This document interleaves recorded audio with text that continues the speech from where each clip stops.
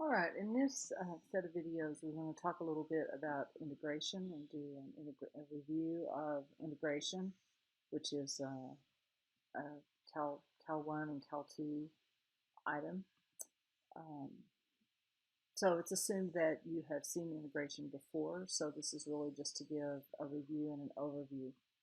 So integration is often described as the opposite operation of differentiation. In fact, sometimes it's referred to as the antiderivative. If you recognize the integrand or the item inside the integral as the derivative of a known function, then the derivative formulas can be used in reverse. However, it does have some physical significance in its own right. Basically, the integral of a function between 2 points represents the area under the curve. So let's look at the next figure, and I want to talk about differentiation. So differentiation of a curve. So if we envision this point right here and a tangent line to that point, what the derivative does is it gives us an idea of the instantaneous rate of change of a function. And it also allows us to have some sort of almost predictive values. So for example, if you look right here, if I take the slope of a line tangent to the curve right here, you can see that I get pretty good prediction of what the line is going to do next. So in many ways, the derivative gives us, especially in engineering, when we're trying to deal with real-time systems, the derivative gives us an idea of what the function is going to be next. The integral, by contrast, gives us some idea of the history of the function. So if we look between point A and the place where this function crosses the x-axis and becomes negative, basically what the integral is doing is if we were to divide this into little tiny rectangles, the integral is summing up each rectangle. And so if you start at point A, by the time you get here, what you actually have is the sum of this blue area.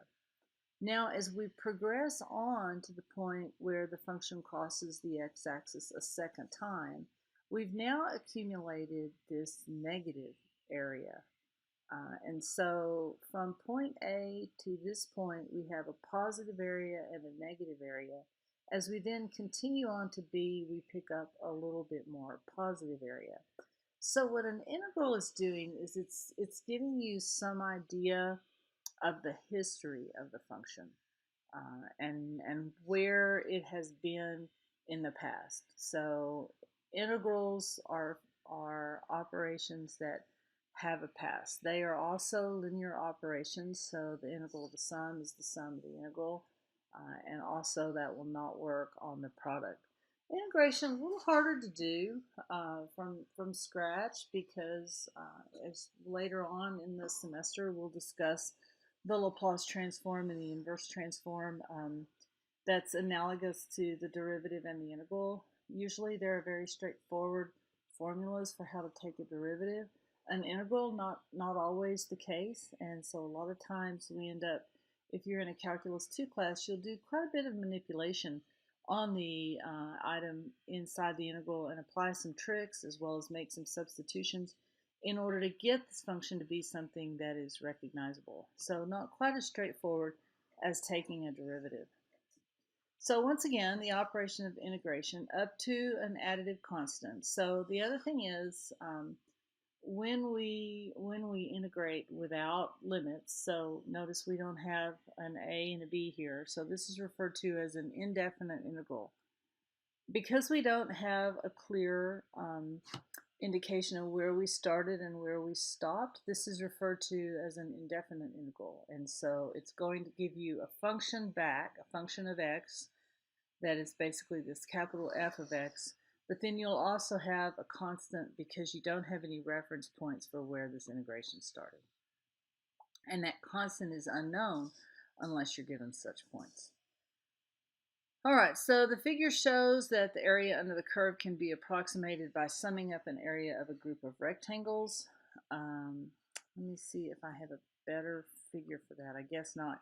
So if we were to divide this into little rectangles, we could sum up those rectangles. Now, if we took big rectangles, like let's say we took rectangles that were this wide, then you can see that we would kind of calculate the area of a little trapezoid. And the curvier the line is, the poorer that approximation is. So as we let our rectangles get skinnier and skinnier, we get a better and better approximation of the integral of the function of x. If they get infinitely narrow, then we say the width approaches the differential width dx and the summation becomes an integration. So there are a number of ways to calculate integrals. Sometimes it's obviously the antiderivative of the known function. Other times we have to use integration by parts or trigonometric substitution. There are numerous sources of what are referred to as integral tables, and these are large tables of integrals of known functions. There are also numerical methods that are used to determine definite integrals because not all functions can be integrated in a closed form. So integration, a little more of a challenge than differentiation, but once again, in this class, the goal is not to teach you how to integrate. The goal is to remind you of the physical significance of the integral and to refer you then to integral tables that give you the output of various integrals. So we can just do a quick search. Um, let's see here. Let me open a new window and let's just do a quick search for integral tables. And we should find several that pop up right away or none that pop up at all if my search engine doesn't work. So here's the famous Wikipedia. Let's see how their integral table looks. Very slow internet this morning. So we actually may not be able to get this to load, but you can go to Wikipedia. Here we go. So here's several. You've got a number of trigonometric functions. Notice this plus c. So if you have limits in an integral, then obviously you probably remember that you evaluate the integral function between the limits, take the difference. So if you need additional resources on that, I can point you to some Khan Academy videos as well as some other videos that review integration. But the truth is there are a number of tables for both definite and indefinite integrals, some of which actually don't have an antiderivative, but they've been tabulated in the past. So that's what some of these would be. So anyway, I think you have several options for locating integral tables and reviewing